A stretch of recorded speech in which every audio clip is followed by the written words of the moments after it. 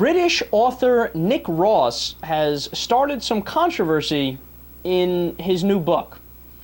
Quote, "I'm not saying rape isn't rape." Whenever you start something with that, it can't go anywhere positive. Anywhere from there is going to be downhill. He says things like, quote, "Rape is one of the most defiling crimes and there is never excuse or justification for it." Then he says, "In any other crime, we take account of provocation and contributory factors, even in murder. Why not with sex?" So this guy is the former host of a show called Crime Watch. His new book is called Crime.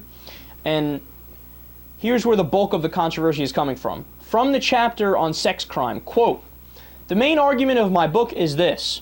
We can aggravate crime by tempting fate, and we curb it by playing safe. We have to come to acknowledge it is foolish to leave laptops on the back seat of the car. We would laugh at a bank that stored stacks of cash by the front door. We would be aghast if an airport badly skimped on its security. Our forebears might be astonished at how safe women are today, given what throughout history would have been regarded as incitement. They would be baffled that girls are mostly unescorted, stay out late, often get profoundly drunk, and sometimes openly kiss, grope, or go to bed with one-night stands." So he goes on to make the point, as if that wasn't clear enough, he just goes on to flat out say, essentially, if a woman is dressed provocative, she's asking for it, more or less. This isn't the first guy who's made this argument. If you guys remember, Bill O'Reilly got in trouble a while back for saying on his radio show about how a girl who was walking the side of the road dressed somewhat provocatively got raped. And, he essentially said, well, what do you expect? You dressed kind of provocatively. Look, here's why that argument is ridiculous.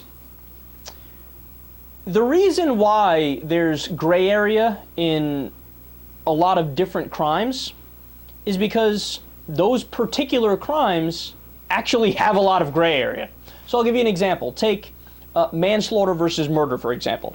And he tries to make this point where he says, look, no matter what, if somebody gets killed, we don't view it all the same across the board and there's not the same punishment. That's right. So why is that? Well, if I kill somebody with my car, for example, and you could prove that I didn't do it with malice intent and it was just a complete accident, right?